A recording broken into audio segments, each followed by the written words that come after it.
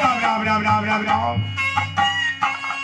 आज मैं अपने गुरुदेव स्वामी की आज्ञा लेकर अपने बहन के दरबार पापा पर चला भगवान।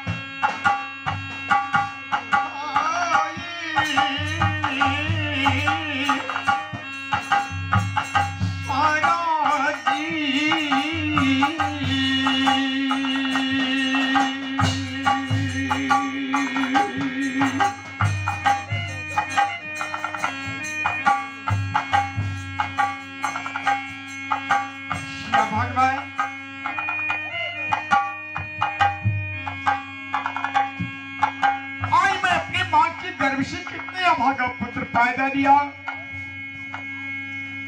और जिस माँ के गर्भ से पैदा लिया हुआ माँ की आज तक एक हाथ सेवा न की, लेकिन आज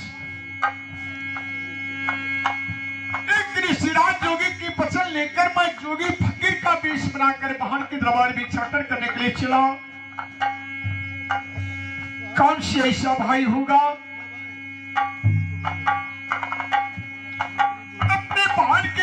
जोगी फकीर का वेश बनाकर भिक्षाटन करने के लिए जाएगा।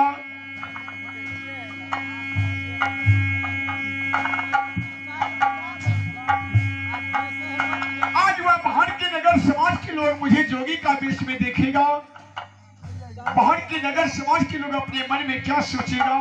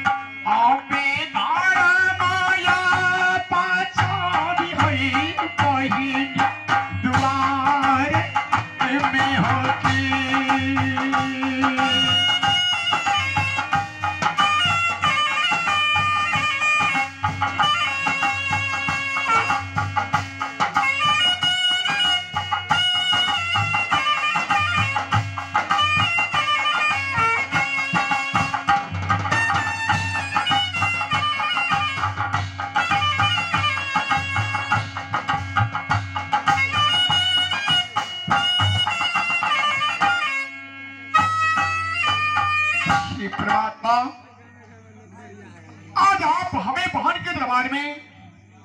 मेरा धर्म की ख्याल रखना। अब मैं बहन दरबार की प्रस्थान करता हूं, लेकिन ही परमात्मा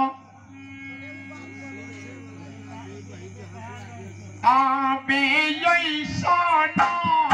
जाता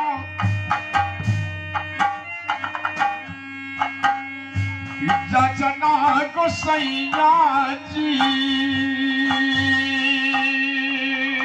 हे परमात्मा, जो दादा आप हमें बांटते हैं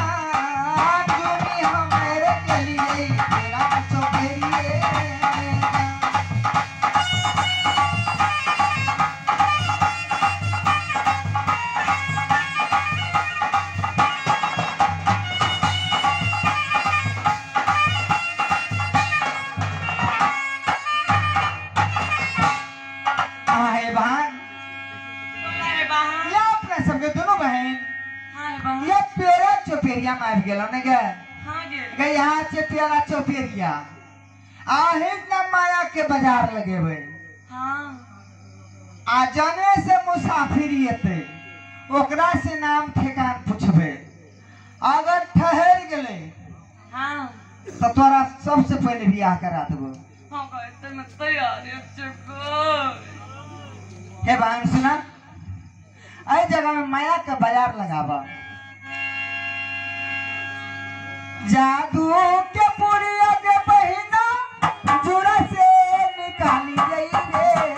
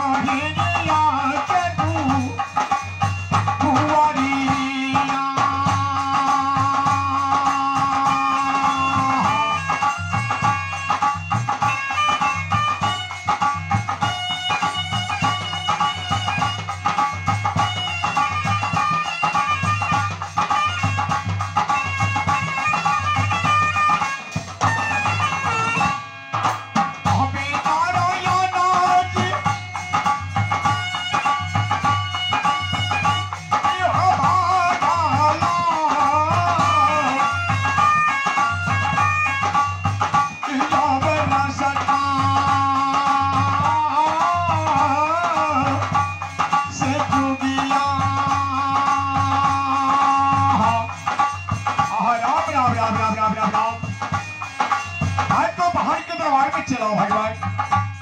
लेकिन किसको मैं अपने पुरुषार्थी चलाऊं प्रभु ने कहा बेटा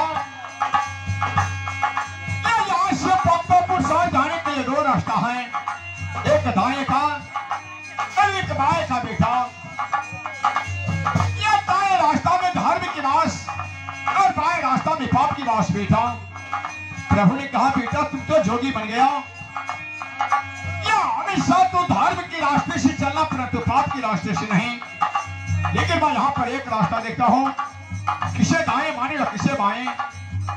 हर इसे आगे जाकर देखता हूँ अगर कहीं दो रास्ता मिलेगा तो मैं दाएं रास्ता होकर जाऊंगा जय हो भगवान जय हो